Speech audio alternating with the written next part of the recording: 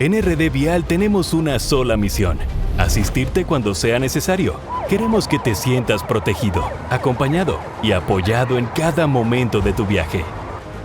Recuerda tomar las medidas preventivas necesarias para tu viaje. En RD Vial, vamos a paso seguro.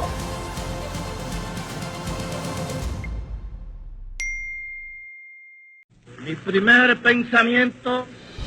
La televisión cambió y nosotros fuimos los primeros en dar el paso. Nosotros tenemos la mayor reserva de oro de toda esta región. Yo creo que aquí hay que alertar a todos los sectores de la sociedad. El Nuevo Diario TV, primer canal totalmente digital de la República Dominicana. Pioneros en transmitir por redes sociales, con una programación diferente pensada para ti. Se ha hablado entre el gobierno dominicano y el gobierno argentino de la ley minera de la República Dominicana. Un canal innovador, moderno y cercano para mantenerte informado de lo que ocurre en nuestro país y el mundo. El que lo tenga, que Dios se lo bendiga. El Nuevo Diario, 44 años transformando la comunicación. Muy buenas tardes a todos. Les damos, señores, como siempre, la más cordial bienvenida a su programa con la doctora Controversia. Somos controversia, salud, humor, deportes, debate, arte y muchísimas cosas más. Somos el programa más controversial de la República Dominicana. Vamos a compartir con todos ustedes la frase correspondiente a este martes. Porque todo aquel que invocar el nombre del Señor será salvo. Romanos 10:13. Bueno, el día de hoy nos vamos a un mundo muy interesante, nos vamos al mundo del derecho y vamos a tratar el siguiente tema. Nos vamos al mundo del contrato de alquiler en la República Dominicana y sus complejidades. Para tratar este tema tan interesante tenemos un invitado muy especial para nosotros.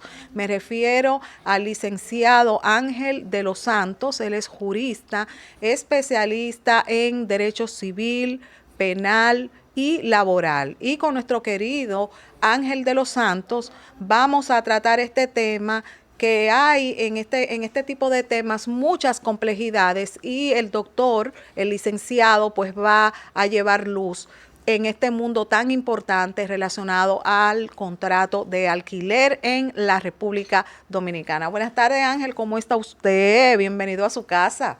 Buenas tardes, distinguida controversia. Gracias a usted por invitarme a su programa, como siempre, a sus órdenes. Para mí, como siempre, un inmenso placer tener la oportunidad de compartir con usted.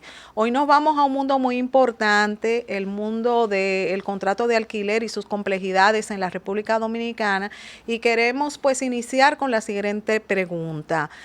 ¿Cuál es la ley vigente que establece las relaciones entre propietarios e inquilinos en la República Dominicana? Bueno, la ley que actualmente regula las relaciones entre inquilinos y propietarios en la República Dominicana es la ley 4314. Esa ley data del 1959 y luego de esa ley en el 59 se emitió esa ley y en el 55 y en el 59 se emitió el decreto 4807.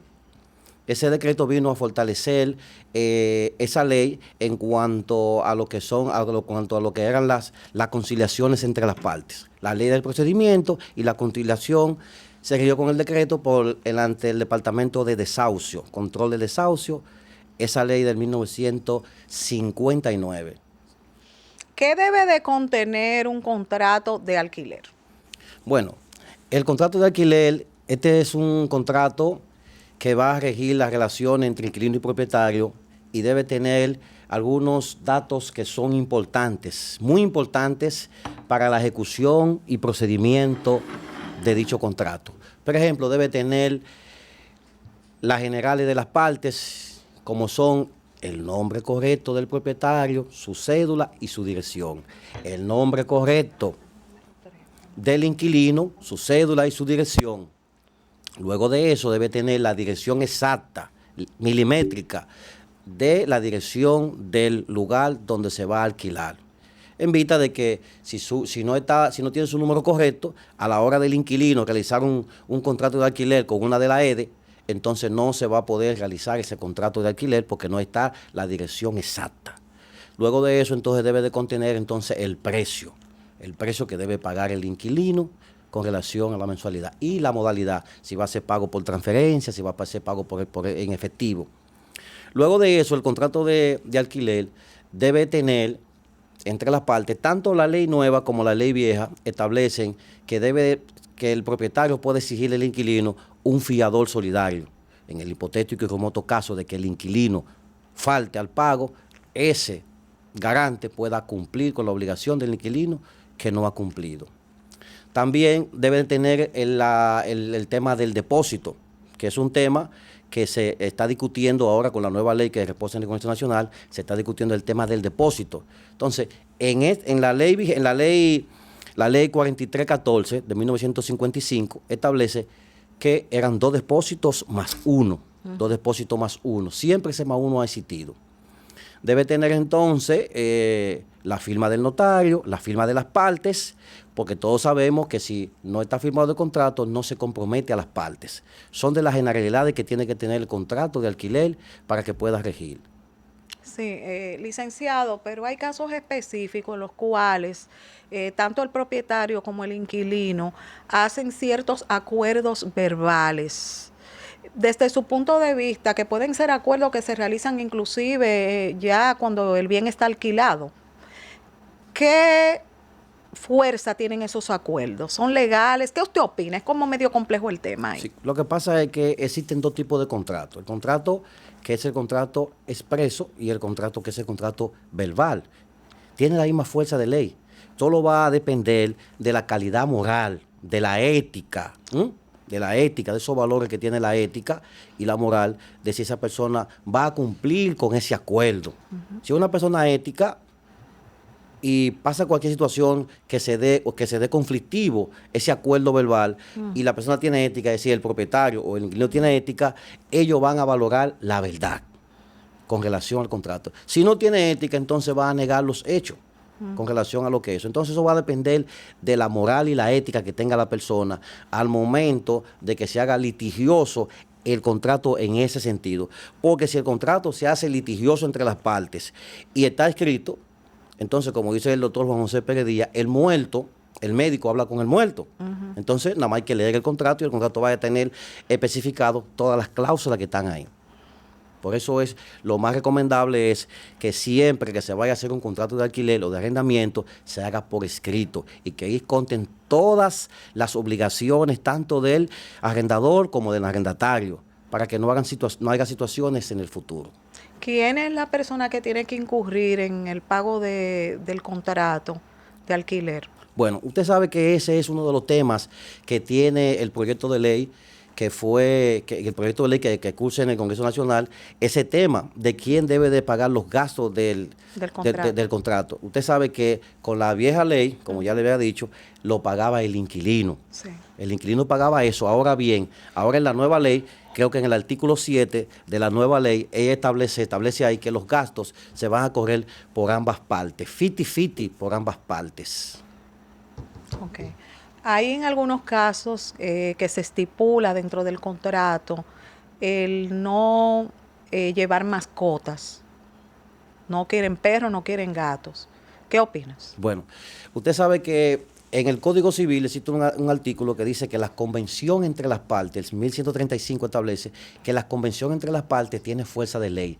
Si las partes pueden acordar o acuerdan de que al momento de redactar el contrato de alquiler se establece en ese momento procesal de que usted no puede llevar mascota, luego de la ejecución del contrato de alquiler, usted no puede entonces violentar el contrato llevando mascota. Ahora, si no está especificado en el contrato, la ley establece que lo que no está prohibido está permitido. ¿Entiende? Entonces, si usted al momento de su contrato lo que quiso fue y se interesó fue en los recursos, recibir el dinero y no especificó cuáles eran las condiciones de yo como inquilino, si tengo mascota, si no tengo mascota, luego del contrato, entonces usted no me puede decir que yo no puedo introducir esto y esto en mi casa, porque el contrato de alquiler establece que el propietario debe dejar que el inquilino tenga el gozo pacífico del inmueble. Escuchen, Ok. gozo pacífico del inmueble. Yo tengo la obligación de pagar mi mensualidad, pero tú tienes la obligación de dejarme a mí vivir tranquilamente en mi casa y yo de cuidar esa casa como un buen padre de familia y conservarla en buen estado. Entonces eso tiene que estar en el contrato especificado. El propietario tiene que puntualizar eso en el contrato, de que no quiere esto, no quiere aquello, porque si no lo establece así, entonces el inquilino puede, en buen derecho, llevar su mascota. Sí. Tenemos una preguntita de las redes sociales. Buenas tardes, Luis Montero, gracias por compartir. ¿Cuál es el estatus actual del proyecto de ley de alquiler y desahucio que reposa en el Congreso Nacional? Bueno, este proyecto de ley que reposa en el Congreso Nacional, el estatus actual que está es el siguiente.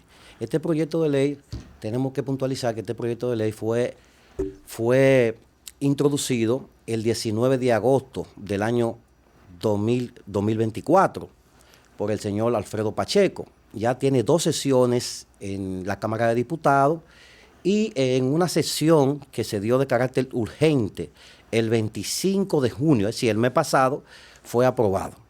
Luego que se aprobó, entonces se mandó a una comisión especial. Entonces, en este mes de junio, ya la Cámara de Diputados tiene fijar la fecha y la hora para conocer una visita pública. ¿Qué son visitas públicas? Eso son visitas públicas con la finalidad de que todos los ciudadanos que tengan algún interés, ya sea una persona física o moral, tenga algún interés, alguna observación, algún aporte a este proyecto de ley, que es un proyecto donde cualquier persona puede llevar cualquier idea que entienda que debe contener ese proyecto. Entonces esa es la oportunidad, el tiempo procesal para usted pronunciarse ahí ante la Cámara de Diputados y decir: yo quiero que al proyecto se le ponga esto, se le modifique esto. Ellos lo estudian, lo analizan y si entienden pertinente, entonces acogen su observación. Luego de ahí, entonces, el proyecto de ley tiene previsto bajar a la Cámara de Diputados para su conocimiento y aprobación. Luego de esto, entonces será enviado entonces al Poder Ejecutivo con la finalidad de que el Poder Ejecutivo le haga sus observaciones, modificaciones o en su defecto lo pueda aprobar. ¿Cuándo va a ser oponible a todas las partes? Este proyecto de ley va a ser oponible a todas las partes y va a ser ley ya cuando ya esté en una gaceta oficial. Cuando esté en la gaceta oficial, entonces ya va a ser oponible a todo el mundo, va a ser ega omne y es de estricto cumplimiento en el territorio nacional. Hasta ahora simplemente es un proyecto de ley y la ley que regula actualmente en la República Dominicana la relación entre inquilino y propietario es, como le dije anteriormente, es la ley 4314 de 1955. ¿Qué pasará con este punto tan interesante, el +1? Bueno, el +1 es uno de los puntos más relevantes con relación a la nueva ley, toda vez que en la antigua ley, como le he dicho a ustedes, ese siempre se ha cobrado, ya es una costumbre, y la costumbre llega un momento que se hace ley. Entonces, va a ser un poquito difícil para que los propietarios puedan darle cumplimiento a eso. ¿Por qué? ¿Por qué? Porque siempre ese +1, los propietarios lo utilizan con relación a lo que es el pago de los gastos legales, porque no se le cobra al inquilino, es decir, no se le cobra al inquilino el +1 más los gastos legales, sino que en el +1 va incluido también los gastos legales y muchas veces también, como todos conocen, lo que se ve en el árbol popular, el corredor. ¿Qué es un corredor? Es aquella persona que se dedica a buscar casa para personas que vayan en el barrio, en el sector, en la comunidad y quieran una casa, él se la muestra, pero a él le toca de eso un corretaje, le toca a él un % de eso. Entonces, ¿qué pasa con los depósitos? Que los depósitos son del inquilino, que el inquilino al momento de la terminación de ese contrato de alquiler, el propietario está en la obligación de devolvérselo. ¿Entiende? Entonces eso no es del propietario, esos depósitos. Pero en la nueva ley, el +1 viene eliminado. No se va a cobrar +1, solamente se van a hacer 2 depósitos. Y el procedimiento con esos 2 depósitos es importante, que el propietario va a tener que depositar un depósito de eso en el Banco Agrícola. Se va a quedar solamente con un depósito para cualquier situación que se prevea en el inmueble. Pero va a tener que depositar uno en el Banco Agrícola y va a tener la obligación, ahora, en esta nueva ley, va a tener la obligación de ese contrato, va a tener que depositarlos en el Instituto de la Vivienda. con la finalidad que se sepa que esa persona es un inquilino y que está pagando un alquiler. Y así tener un control de cuántos inquilinos tenemos y cuántos propietarios tenemos. Eso está en la nueva ley, en el nuevo proyecto. Hay situaciones, doctor, que ocurre dentro de este mundo de complejidades. Y es cuando alguien pues alquila un inmueble, ¿verdad? Una casa, pero se muda antes de que finalice el contrato. ¿Qué ocurre ahí? Bueno, usted sabe que los contratos rigen de acuerdo a cómo las partes lo establezcan en su contrato. Usted sabe que hay contratos que son por 1 año, por 2 años, por 3 meses, por 6 meses. Entonces, si usted tiene un contrato de alquiler por 1 año y me mudo antes. Y se muda antes, eso no afecta en nada la buena relación entre las partes porque se está haciendo una terminación, digamos, como consensuada. Porque yo no quiero vivir aquí y yo quiero entonces salir. Eso le beneficia al inquilino. Pero si el propietario te dice a ti, tú tienes 5 meses ahí, yo quiero que tú me entregues mi casa. Ajá, Entonces, caso contrario. Exactamente. Entonces él va a decir, el inquilino dice, no, pues yo tengo un contrato por 1 año y tú no me puedes sacar aquí hasta que no se venza mi contrato, a menos que yo tenga una falta, y yo no estoy en falta. Es decir, yo estoy cumpliendo con mi pago, yo mantengo la casa como un buen padre de familia, limpia, organizada, pues ¿por qué tú me vas a sacar? Entonces, para el propietario está ahí en desventaja. Ahora, el inquilino se puede ir en cualquier momento, con la salvedad de que el propietario, siendo un administrador, un abogado, un togado, él puede examinar la casa, ver si está todo bien, si están bien los desagües, si están bien los llavines, si está bien la pintura. Si todo estaba correcto, pues entrar en mi casa porque es lo que va a hacer que se la va a alquilar a otro. Sí, es muy interesante ese punto que usted acaba de compartir con nosotros. Con relación al +1, que es un tema que sé que genera controversias y complejidades, ¿existiría, Ángel, la posibilidad de conciliación? ¿Qué opina? Bueno, usted sabe que es, como ya está establecido por la ley, los inquilinos están bien atentos a que este proyecto de ley sea aprobado y ya esté en una gaceta oficial y sea de estricto cumplimiento para todos los ciudadanos. Entonces, una vez la ley establezca cuál va a ser la forma de alquilar, ellos van a tener su contrato, su ley ahí en la mano y te van a decir, mira, la ley establece que tú no puedes cobrar ese +1. Sí. ¿Me entiendes? Entonces, ya ellos van a tener una base legal para ellos entonces defenderse. Entonces, yo entiendo que los propietarios van a ser conscientes y van a saber que nadie está por encima de la ley. Dura lex. La ley es dura, pero es la ley. Entiendo yo que con eso no va a haber discusión. ¿Cómo usted ve entonces esta ley con relación a lo que está establecido anteriormente? Bueno. Complejidades, que usted ve que beneficia, que usted ve bien, que ve mal. Vamos a ver. Bueno, lo que yo le puedo decir a usted es que la ley tiene mucha iniciativa, el nuevo proyecto, en vista de que estamos hablando de una ley que data desde el 1955 y con una modificación en 1959, y después de ahí de todo ese trayecto de meses, años y de diferentes presidentes que hemos tenido en la República Dominicana, nunca se ha modificado esa ley con relación a los inquilinatos. Siempre esa ha sido la que ha regido. Entonces, ¿qué pasa? Esta ley, yo he podido observando la ley, que inclusive le traje a usted un legajo del proyecto de ley. Sí. Este proyecto de ley tiene mucha similitud con la ley vieja.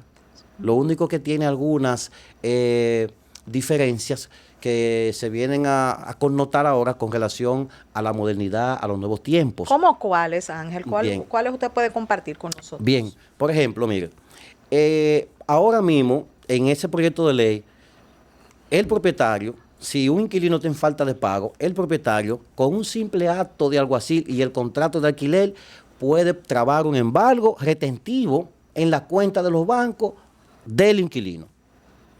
Eso no está en la vieja ley. Por ejemplo, si surge una disputa, un conflicto, una desavenencia entre el inquilino y el propietario retiene los depósitos del inquilino, no se lo quiere dar, yo me fui antes de tiempo, no me quiere dar mi depósito y todo está bien. Entonces, ¿qué puede hacer el inquilino? El inquilino puede también, en base al contrato y con un acto de alguacil, ponerle un embargo también al propietario porque no me quiere devolver mi dinero. Como también, eso no está en la vieja ley, como también el inquilino puede ir ante el fiscalizador de la demarcación correspondiente con la finalidad de citar al propietario o el propietario al inquilino para que en ese despacho de ese fiscalizador se conozca una vista de conciliación y se llegue a una sana armonía entre las partes. Sí. ¿Cuál es su opinión, Ángela, acerca del aumento anual automático? Bueno, yo diría que ese aumento anual automático que se va a tomar en cuenta está en la ley. Entiendo yo que es algo que estaba en la vieja ley y que ahora lo que va a hacer es que se le va a poner un parol. ¿Qué significa esto? Bueno, porque hay muchos propietarios que alquilan de manera desmedida el alquiler de la casa. La ley establece que es un 10%. Esta nueva ley establece un 10%. Pero hay personas que te quieren con la finalidad de que tú o lo pagues o te mudes, te alquilan a veces, te quieren aumentar el alquiler a un 30, hasta un 50%, pero buscando la forma que el inquilino, que no puede pagar eso, pues te mude. Entonces, la ley establece que no, que es un 10%. Y si el propietario hace eso, el inquilino está en su derecho de comparecer por ante el fiscalizador de su demarcación correspondiente, es decir, donde le toque la jurisdicción, y citar al propietario para que se conozca en conciliación ese punto de ese aumento excesivo. Sí. Bueno, ahorita usted tocó un punto muy importante, Ángel. Habló que hasta cierto punto el inquilino tiene ventaja porque se puede mudar cuando quiera. Hasta ahí estamos bien. Pero en el caso específico de que sea pues el propietario que le pida la casa, ¿qué tiempo tiene para pues darle, diríamos, a ese inquilino para que se retire del bien? Bueno, tanto en la nueva ley como en la ley, el proyecto de ley como en la ley vigente, la forma de terminación del contrato de alquiler está establecida en ambas normas. Si el inquilino no está en falta de pago, el propietario puede solicitar el desahucio y la rescisión del contrato de alquiler, pues está en falta de pago. Si el inquilino dice que va a alquilar la casa para vivienda y luego la pone para un comercio o para otra actividad, un drink, una discoteca, el propietario puede solicitar la terminación o la rescisión del contrato de alquiler. Tiene que haber una causa legal de falta atribuida al inquilino para que el propietario pueda solicitar la casa. ¿Entiendes? Si el inquilino está al día y está cumpliendo con todos los requisitos del contrato, debe de esperar entonces que se termine el contrato y debe notificarle, la ley establece que debe notificarle por lo menos 3 meses, con la finalidad de tú notificarle a él, se vence mañana, salte, porque ustedes saben que aquí en la República Dominicana, como en cualquier parte del mundo, el conseguir un apartamento, una casa, un cuarto, conlleva una serie de requisitos. Y ahora mismo, todos los propietarios, que casi la mayoría tienen abogados, los abogados tienen su oficina y tienen una forma de identificar quién es esa persona que quiere hacer ese contrato. Ese es el momento procesal de tú a esa persona, depurarlo a él.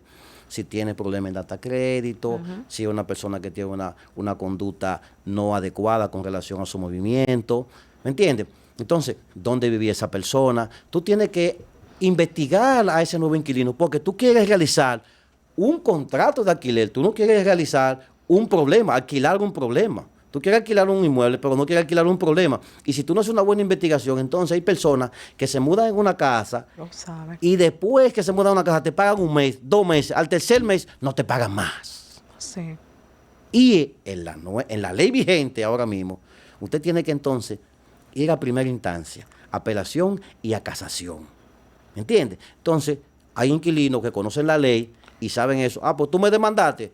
Pues entonces yo no te voy a pagar. Vamos a esperar que el juez decida que yo me tengo que mudar. Sí. Y utilizan ese tipo de artimaña para quedarse en ese inmueble sin pagar. ¿Y qué tengo que hacer yo como propietario? Esperar que llegue la sentencia. Usted sabe. Porque la nueva ley ahora mismo establece en uno de los articulados, ese proyecto de ley establece ahora mismo que va a haber sanción para el alguacil, para el abogado y para el propietario que ejecuten un desalojo de manera ilegal, que no sea con una autorización judicial de una autoridad competente y cumpliendo con unas normas que existen ahora mismo, que para usted ejecutar tiene que tener una autorización de la fuerza pública. de su demarcación correspondiente. Doctor, estamos tratando con usted este tema tan interesante. Están activadas las redes sociales. Tenemos a Moisés F. Montes. Buenas tardes, muchísimas gracias por compartir. ¿Cuál es el tribunal competente para conocer la demanda de desalojo? Bueno, el tribunal competente para conocer la demanda en desalojo va a ser el tribunal de la jurisdicción competente del inmueble. Por ejemplo, si tenemos un inmueble que está alquilado en la San Vicente de Paúl, el tribunal competente va a ser el juzgado de paz de la segunda circunscripción de la provincia de Santo Domingo, que está ubicado también en la provincia de Santo Domingo. En cada distrito judicial existe una malla de juzgado de paz para que cada quien vaya entonces a un domicilio que sea el más cercano y puedan tener ese acceso a la justicia, tal y como lo establece el artículo 68 de la Constitución, que establece la tutela judicial y el debido proceso. Entonces, en ese cumplimiento de esa norma constitucional, siempre usted tiene que buscar cuál es el juzgado de paz que le corresponde a usted, el más cercano de su domicilio, de donde esté alquilado el inmueble, con la finalidad de que usted vaya por allá, pase por donde el fiscalizador inicie un proceso de conciliación que está en la norma y también está en la vieja norma y en la nueva norma. Este proceso de conciliación se conoce por ahí. En la vieja norma no tenía este carácter que tiene ahora. Ahora, si usted llega a un acuerdo con el propietario de que usted va a pagar los valores que usted debe, 3 meses, 4 meses, y usted no lo paga y se levanta un acta de acuerdo, con esa acta de acuerdo usted lo pueden ejecutar y lo pueden desalojar en la vieja norma. Sí. Tenemos una preguntita relacionada a ese punto. ¿Cómo se apodera el tribunal? Bueno, el tribunal se va a apoderar, usted como propietario de una casa, ya usted sabe que se va a conocer un proceso judicial que ya va a ser controvertido, que ya la fase de conciliación se agotó en cuanto a lo que es hablar inquilino propietario, ya usted ve que es imposible usted poder conseguir el pago, entonces usted apodera a un abogado. Debe tener un abogado apoderado para que el abogado inicie el proceso. El abogado, como siempre, prudente, un auxiliar de la justicia, que no le gustan los conflictos, que siempre va a buscar darle cumplimiento a ese artículo 2 del Código Procesal Penal, buscar la mediación, la conciliación, el diálogo. Entonces, el abogado lo que va a hacer es que le va a enviar un primer acto a ese inquilino moroso, solicitándole a ese inquilino moroso que pague los meses que han pasado sin pagar y lo pone en mora.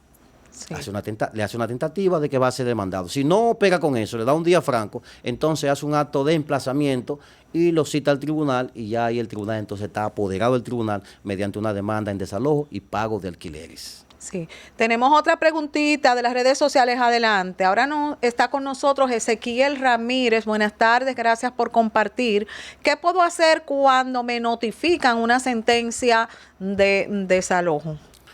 Bueno, antes de llegar nosotros a lo que es el procedimiento de la obtención de la sentencia, tenemos que llegar primero a otra fase procesal, porque existe lo que es un procedimiento, el debido proceso. Y antes de la sentencia deben pasar muchas cosas.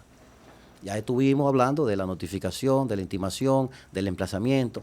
Entonces, antes de la sentencia, el tribunal debe de conocer un juicio público, oral y contradictorio, donde cada parte va a tener la oportunidad de argumentar, presentar sus pruebas a cargo y a descargo. Entonces, ahí el inquilino va a poder tener la oportunidad de presentar sus pruebas de si es tal día, de si no tal día.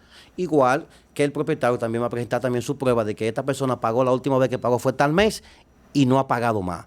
Pueden presentar testigos. Entonces, después que el juicio se conozcan todas las medidas de instrucción, como les dije a ustedes, los documentos, los testigos, la comparecencia de la parte, entonces el expediente va a quedar en estado de fallo reservado y ahí es que el tribunal entonces va entonces a emitir su sentencia en base a las pruebas, a las evidencias, a los indicios que estén en las glosas procesales. Sí, está muy interesante, licenciado, todos esos puntos que usted acaba de compartir con nosotros.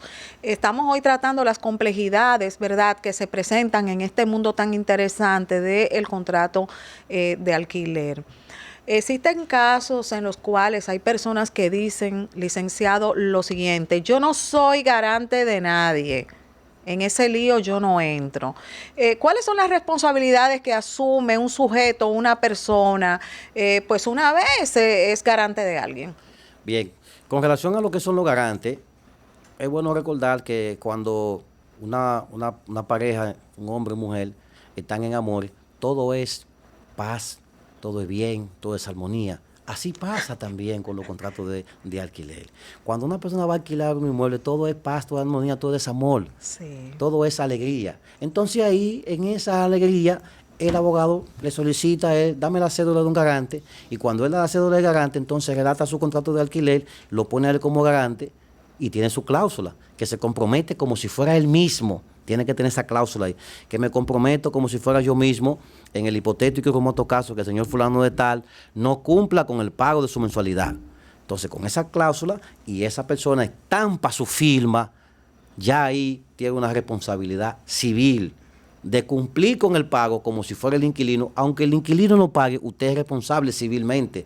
Y a la hora de una posible demanda, usted también va a ser demandado. Y a usted también, como dice en la norma nueva, no en la vieja, a usted también le pueden embargar sus valores. Retentivamente, simplemente con el contrato de alquiler y un acto de alguacil, al banco se le notifica ahí que esa cuenta quede congelada hasta tanto ellos paguen esos valores. Le voy a hacer una pregunta de la práctica. Desde su punto de vista, ¿es más interesante para el abogado el garante o el inquilino per se? Bueno, usted sabe que todo el mundo no puede ser garante. El garante tiene que ser una persona con una condición económica especial. ¿Cuál es esa condición especial, Ángel, que tiene que tener ese garante? Y si es más atractivo para nosotros los abogados, ¿el inquilino o el garante?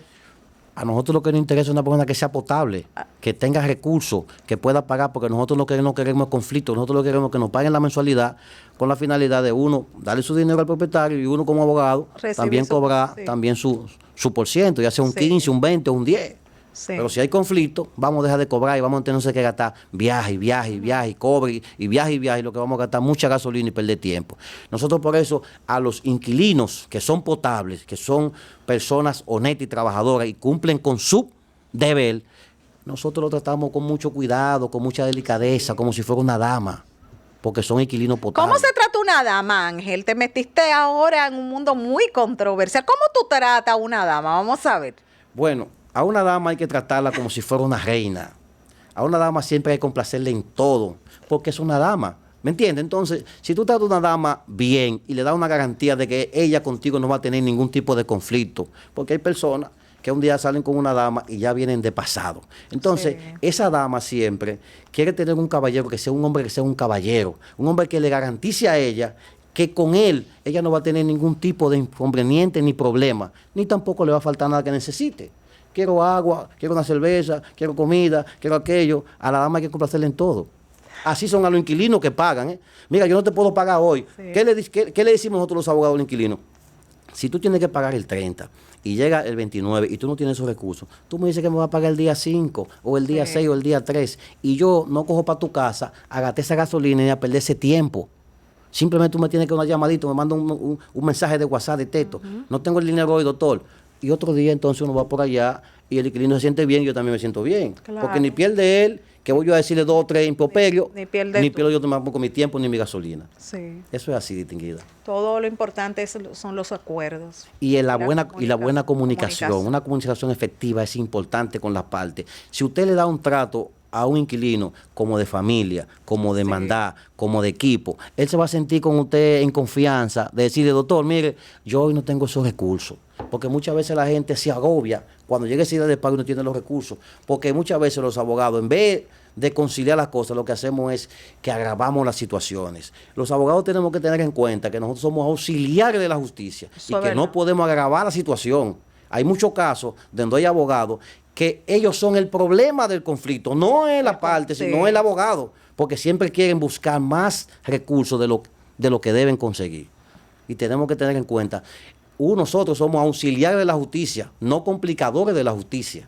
Sí, es una gran realidad. Sí. Una de las grandes complejidades de la carrera. Sí, porque es que hay abogados que muchas veces quieren cobrar más honorario que lo que hay en conflictos. Eso se ve mucho en materia civil, en materia penal y en materia laboral. Hay un caso de 100 mil pesos, los abogados quieren que le den 150. Pero papá, si el caso son 100 mil pesos, tú no puedes cobrar 150 de honorario, cóbrate por lo menos 25 o 40. Ah, no, si no me pagan eso no hay acuerdo, pero el caso no es tuyo. Sí. Usted sabe, licenciado, que en ese sentido quiero ver su posición acerca de por qué razón está tan estigmatizado el abogado en República Dominicana. ¿Qué usted opina? Bueno, yo ahora mismo estoy dando una materia que se llama ética y moral en la Universidad UTE. Estoy haciendo una maestría en Derecho Penal, Procesal Penal, y me están dando esa materia ética, la profesora Enrique. Entonces, todo va a depender de la ética. Y la ética tiene un árbol que establece ahí que hay lo que existe la responsabilidad, la igualdad, la seguridad, la equidad. Entonces, cuando el abogado se sale de lo que son sus principios, de la ética y la moral, entonces el abogado traborda, se pasa a otro bando, al bando donde hay personas que no valoran nada, que no le importa nada, que no tienen ética, no cuidan lo que es su buen nombre, su reputación, y son abogados que son abogados de paso.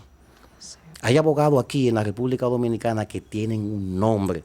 Sin hablar de nombre, solamente por decir. Ahí tenemos a Jacobo Simón Rodríguez, a Abel Rodríguez del Orbe, a Vincho Castillo, a Altañán Pérez Méndez, abogados que son honorables, respetados por jueces, fiscales y abogados. Hay otros abogados que nadie lo valora.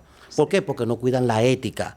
El abogado debe de pensar que siempre él lo que debe de cuidar es a su cliente, no él, es a su cliente. Y si usted en un caso, que usted va a transar un caso, y usted sabe que usted puede perder 2 pesos, pierda 2 pesos y déle tranquilidad a su cliente y también a esa otra persona, porque muchas veces el abogado, en su rol de auxiliar de la justicia, debe de buscar que se genere esa armonía, esa paz entre las personas, y no buscar la forma de crear un conflicto que muchas veces el cliente ni siquiera se da cuenta, porque se reúne el abogado con el cliente de aquel y nunca el cliente se da cuenta de lo que hay, porque nunca cuando van a conciliar y hablar de recursos, nunca llevan a los clientes. Es bueno que estén ahí para que se acuerden de lo que se va a hablar. Sí. Estamos tratando complejidades en este mundo tan interesante. El licenciado también es especialista en materia penal. Escuchamos, Ángel, muchas veces personas que dicen lo siguiente: ¿cómo que ese abogado cogió un caso así? Si sabe que esa persona fue el que mató, si sabe que esa persona fue que hizo eso. Es verdad que los abogados son como el diablo. ¿Qué tú opinas? No, lo que pasa, distinguida, es que eso es un principio universal, es un principio que está en la Constitución. Ahí están los derechos humanos, está la Convención Belén dos Prados. Hay varios tratados internacionales de los cuales la República Dominicana es signatario, y muy especialmente esa es la Declaración Universal de 1948, donde se establece en uno de su capítulos que el derecho a la defensa, tutela judicial, debido proceso. Es decir, que a una persona ahora, después de la vigencia del nuevo Código Procesal Penal, en el 2004, existe lo que es el derecho adversarial en la República Dominicana. ¿Qué significa derecho adversarial? Que se debe conocer un juicio oral, público, contradictorio, y que si en el hipotético y hermoso caso ningún abogado quiere representar a un ciudadano porque haya cometido un crimen de lesa humanidad, un crimen horrendo, entonces el Estado está en la obligación de suplirle un abogado de oficio. Por lo que le dije ahorita, de los principios rectores que están en la Constitución y también están en el Código Procesal Penal en sus 28 principios. Y uno de ellos está ahí, la presunción de inocencia. Sí. ¿Qué significa presunción de inocencia?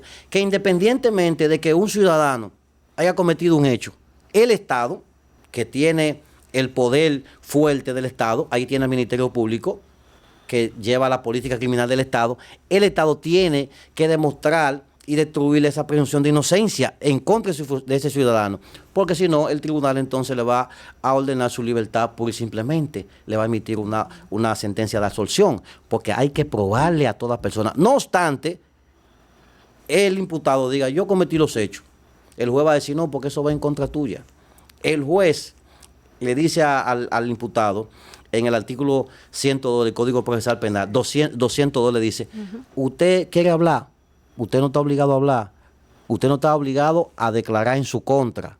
Los jueces tienen esa obligación de decir al imputado si él quiere hablar o si no quiere hablar. Que si usted no habla, no se va a aceptar eso como una presunción de que usted cometió el hecho o no cometió el hecho.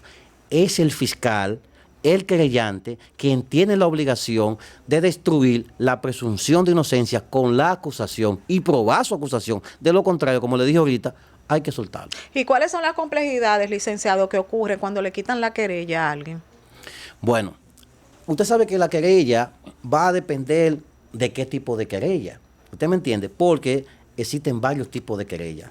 Por ejemplo, en el artículo 31 del Código Procesal Penal se establece que el querellante, ahí establecen en el artículo 31, establecen las causas por lo cual tú puedes querellarte, tú como querellante. Y en el artículo 30 y siguiente están también lo que son la acción pública. Es decir, hay casos que son notorios, que son de acción pública, que independientemente yo o fulano de tal se querelle, el Ministerio Público tiene que darle continuidad a la acusación. Por ejemplo, en un caso de homicidio, en un caso de que un padre mata a un hijo, ese tipo que son de violaciones que están tipificadas en el código, que son de acción pública, independientemente de que usted desista de la querella o llegue a un acuerdo económico con esa parte, el Ministerio Público va a seguir su acusación tranquilo. Ahora bien, si es acción privada, si en caso, por ejemplo, de una estafa, de un abuso de confianza establecido en el 408, 405, entonces el Ministerio Público se mantiene en el proceso hasta tanto se mantenga esa instancia, la querella.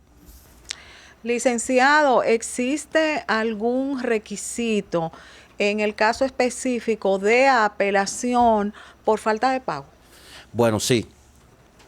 En el nuevo proyecto de ley está contemplado en el artículo, creo que 50 y pico, 52, está contemplado que para usted poder apelar por falta de pago, si yo soy un inquilino, eso no está en la nueva ley. En la ley que está vigente actualmente, que es la ley 4114 de 1955, no está ese requisito. Estas son de la novedad que trae ese nuevo proyecto de ley introducido por el señor Alfredo Pacheco. ¿Qué establece eso? Que para usted poder apelar ahora esa sentencia que a usted le notificaron, usted va a tener entonces que depositar el duplo. Si usted debe 100,000 pesos, va a tener que depositar 200. Si debe 400, 800. Entonces, si usted no deposita eso, una certificación que usted tiene esos valores depositados, entonces a usted lo van a poder desalojar ipso en el acto, porque usted tiene un plazo de 10 días. En la ley vigente son 30 días, pero ahora esta ley, para ayudar a los propietarios, le acortó 20 días a los inquilinos. Tú tienes 20 días para apelar, tú tienes 10 días para apelar, tú tienes 10 días para que deposite el duplo, y de lo contrario la sentencia se van a vencer los plazos y la sentencia va a adquirir la autoridad de la cosa irrevocablemente juzgada, y ya usted no va a poder hacer nada más que pagar los meses que usted debe y desalojar la casa. Sí. Seguimos haciendo un recorrido, mis amores, por las complejidades que ocurren en estos casos específicos de los contratos de alquiler. Licenciado, hay gente que le corta el agua cuando no paga el inquilino. ¿Qué usted opina sobre esta parte tan compleja? Él no paga, le voy a cortar el agua. Bueno, usted sabe que decía un sabio que el respeto al derecho ajeno es la paz, Benito Juárez. Si usted me respeta mi derecho, yo le voy a respetar su derecho. Usted tiene derecho. Si yo estoy en falta de pago, hay una vía procesal que usted tiene que apoderar al tribunal. Usted no puede estar tomando la justicia en sus manos y haciendo justicia a usted, porque usted quiere que le protejan sus derechos, pero usted está violando otros derechos. Yo también soy un ciudadano. Apodera al tribunal, demándeme, notifíqueme. Entonces eso es ilegal, el usted utilizar ese tipo de presión psicológica en contra de ese inquilino. ¿Y qué debe hacer el inquilino? No dejarse provocar. No se provoque con esa persona, con ese propietario, su abogado. El abogado nunca va a hacer eso, ¿eh? Ningún abogado hace ese tipo de maniobra fraudulenta. Lo hacen siempre los propietarios. ¿Qué debe hacer usted como inquilino? Usted le tira foto a eso, lo evidencia, le hace un video y pone un testigo, y usted se va ante el fiscalizador de la jurisdicción correspondiente y usted le denuncia eso. ¿Qué va a hacer ese fiscalizador? Le va a dar a usted un auto oficial, una notificación, citando al propietario para que venga y hable de eso. Hizo facto en el acto, de inmediato, eso va a cesar. Sí, pero desde su práctica, licenciado, es muy común eso, que mucha gente le corten el agua al inquilino porque no pagan. Sí, hay personas que lo hacen. Como le digo, son tipos de presiones psicológicas, porque ya el propietario, al ver que el inquilino no tempera en cumplir con su obligación, y muchas veces la persona que ha invertido sus recursos y que ha cogido ese dinero quizás hasta de su pensión para fabricar un apartamento, una casa, un alquiler, y lo necesita para comprar sus medicamentos, su comida y su medicina, y usted no le paga, entonces usted le está afectando a él en un bien tan principal que como su salud, es su vida. Si no compro mi medicina, puedo morir. Sí. Entonces, por eso es que la persona se torna agresiva, no controla sus emociones y se aira. Y por eso pasa ese tipo de presión. ¿Cómo hago yo en vista de que la justicia, para yo ir a la justicia, tengo que esperar 5 años, 2 años, 3 años para que me den una sentencia? Si es un inquilino que es habilidoso y tiene un buen abogado, puede durar un tiempo, porque tengo que ir primera instancia, apelación y casación. ¿Me entiendes? Entonces es demasiado tiempo. Entonces tengo que pagarle a mi abogado para que lo saque de ahí a él. Y después pagar los gastos de ejecución, porque después tengo que buscar entonces la fuerza pública, un juez de paz, y eso cuesta unos recursos que lo tengo que pagar yo como propietario. Sí. Licenciado, ¿qué puedo hacer si me desalojan sin recibir ningún tipo de notificación o autorización previa? Bueno, ustedes saben que todo lo que está permitido, todo lo que no está permitido, todo lo que no está establecido está permitido. Pero ahora, en la nueva ley, en el nuevo proyecto de ley, en la vieja ley, en la ley actual ahora mismo, no está contemplado eso. Pero los senadores han buscado la forma de restringir los abusos, las violaciones a las normas. Y por eso han involucrado una de las primeras leyes que va a estar la responsabilidad civil y creo que también penal de un abogado en esta ley. Porque en ninguna ley el abogado no es parte del proceso. Ahora bien, pero si tú eres el experto en derecho, conoces el procedimiento, el protocolo, ¿por qué tú vas a notificar en el aire? ¿Por qué tú no le vas a notificar a él para que él se dé cuenta de lo que está pasando? Entonces tú eres el problema, abogado. Alguacil, a ti te dan una charla, te dan un consejo, te dan retroalimentación por ante el Consejo del Poder Judicial y por ante la Suprema Corte de Justicia de cómo los alguaciles deben trabajar, de cómo deben hacer las cosas. Y los alguaciles muchas veces se van al otro bando, pensando en los recursos y violan la ley. Entonces, ahora ellos, los legisladores, han dicho, si el alguacil comete este error, no es culpa del propietario. Él también es cómplice de ese tipo de infracción fraudulenta, pero también hay que penalizar también al abogado. Entonces, eso está contenido o está previsto de que se ponga en ese nuevo proyecto de ley, de que tanto el abogado como el alguacil como el propietario, si hacen un desalojo ilegal, escuchen esto, ilegal, porque si a usted le notifican su sentencia y se vencieron esos 10 días y usted dejó pasar esos 10 días, la única forma que tienen que hacer ellos es cumplir con otro procedimiento. ¿Cuál es el procedimiento? Aunque usted como propietario cumplió con esa falta de proceso, pues le falta una pata. Tiene que ir a buscar una autorización de la fuerza pública para que la fuerza pública, al Ministerio Público, le dé a usted la autorización del embargo. Y vigile quién se van a meter a esa casa para que de ahí no se pierda nada, Sí.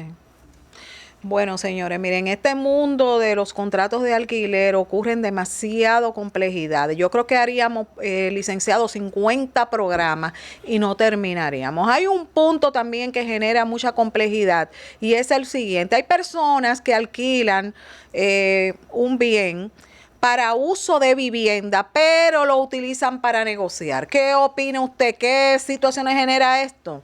Bueno, usted sabe que el contrato de alquiler es un contrato donde está regido en base a condiciones que las partes al momento de contratar especifican ahí si es para uso de vivienda o si es para uso de comercio. Y eso es una causa de rescisión del contrato de alquiler. Sí. Si usted alquiló un local, una casa con la finalidad de vivienda, usted no le puede dar otro uso. Tampoco usted lo puede subalquilar sin una autorización expresa del propietario. Que yo tengo un cuarto ahí que no lo estoy utilizando, se lo voy a alquilar a Juan Pérez. No, pero eso no es suyo. Usted tiene que informárselo a él. Que voy a poner una banquita aquí. Ponen una banca y te ponen un negocio y cuando viene a ver le cobran a ese banquero 10,000 o 12,000 pesos, pero esos 12,000 pesos son tuyos, no son míos.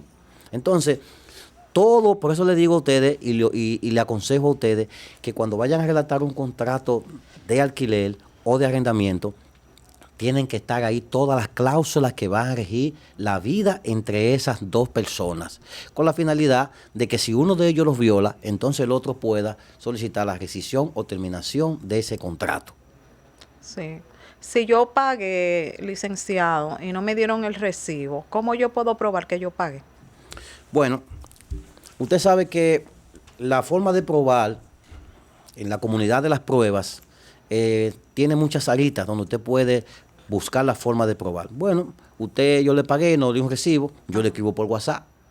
Mire, señor Ángel de los Santos, yo le pagué el mes de junio del año 2025. Confirme, por favor. Porque la Suprema Corte de Justicia y más aún el Tribunal Constitucional ya se ha pronunciado que los mensajes de WhatsApp y los mensajes de correo electrónico se pueden acreditar como pruebas. Entonces, si no tengo mi recibo, te voy a escribir para que quede esa comunicación entre usted y yo de que yo te pagué. De lo contrario, entonces busco la forma de que usted me dé una constancia. Es importante tener su recibo por lo siguiente. Mire qué es lo que pasa, distinguida dama. Yo estoy aquí ahora, estamos usted y yo aquí ahora, pero uno no sabe lo que va a pasar ahorita ni mañana. Eso es verdad. Entonces, cada inquilino debe tener su constancia de su pago, porque yo como abogado puedo decir, sí, tú no me debes, pero si yo no estoy, y si yo muero, entonces, ¿quién le va a decir a ese inquilino que tiene 5 meses que lo está pagando? Después que venga entonces otro nuevo abogado, o venga un hijo de la doña y decir, tú no has pagado. No, yo le pagué, no está aquí. Entonces, la cosa hay que hacerla como establece la ley. En las normas, en el Código Civil, hay un artículo que establece que después de 35 pesos, todo debe ser por escrito. Todo debe ser escrito, todo, lo más mínima cosa, y usted guarda su copia. Sí. Usted sabe, licenciado, que yo quiero compartir un punto con usted. Una vez a mí me llegó un caso de una señora que se dedicaba a alquilar una casa grande, con muchas habitaciones. Y usted sabe lo que ella hacía, ella alquilaba habitación por habitación a las personas. Sí, eso se llama arrendamiento, eso se llama como ¿Qué usted hospedaje. opina sobre ese manejo? Bueno, lo que pasa es que usted sabe que si no hay aquí inspección de las autoridades sanitarias para que se inspeccione ese tipo de inquilinato, entonces cualquiera aquí va a hacer lo que quiera. ¿Usted me entiende? Entonces, ¿qué hay que hacer? Lo que hay que hacer es que ese tipo de cosas tiene que tener una supervisión del gobierno estatal, ya sea del ayuntamiento, de la demarcación, para verificar que tengan condiciones óptimas. ¿Entiende? Entonces, ese tipo de cosas se podría clausurar ese inmueble, porque no tiene condiciones, porque hay un hacinamiento ahí. Ahí hay un vicio de contaminación. Claro. Que las personas lo que se pueden, porque muchas veces va hoy uno, mañana va otro, y así sucesivamente, pero no hay un aseo constante con relación a eso. Sí. Realmente es un tema bastante complejo ese punto. ¿Se puede establecer, licenciado, dentro de las cláusulas que se hacen en el contrato, visitas periódicas del propietario al inmueble? Sí, eso lo pueden establecer. Si está establecido en el contrato de trabajo, en el contrato de alquiler, eso se puede poner ahí, es una cláusula. Porque usted sabe que independientemente de que uno de las responsabilidades del inquilino es cuidar y proteger el inmueble como si fuera un buen padre de familia. Sí. Y en ese contrato también existen lo que son las responsabilidades del inquilino y la responsabilidad del propietario, que las responsabilidades del inquilino son resolver cuestiones de costo menor y del propietario de costo mayor. ¿A qué se refiere usted específicamente, licenciado, cuando habla costo menor, costo mayor? ¿Cuáles serían entonces las responsabilidades que asume el inquilino y el propietario? Bueno, usted sabe que el inquilino, al momento del alquilar, se estipula en el contrato de que cualquier daño menor, él lo va a cubrir. Por ejemplo, si se daña un llavín, eso lo va a cubrir. La pintura interior del inmueble, eso lo va a cubrir. Si existe, por ejemplo, un drenaje, un problema de un drenaje, si es algo que es de acuerdo después, que se haga un levantamiento por un técnico, un plomero, y ese plomero diga, no, eso fue por causa de fuerza mayor, eso fue por causa del inquilino. ¿Usted me entiende? Entonces, cosas de remodelación de costo mayor le corresponden al propietario. Es decir, hubo una obstrucción en un baño, hay que desbaratar o romper, eso le corresponde al propietario. Si no es producto de que usted tiró ahí a un trapo, que tiró algo ahí, que produjo una situación. Que produjo esa situación, entonces ya el técnico va a decir, mire, saqué esto. Entonces, tú tienes que pagar eso. Entonces, por eso que se dice que el inquilino debe cuidar la casa o el inmueble como si fuera un buen padre de familia, evitando eso. La pintura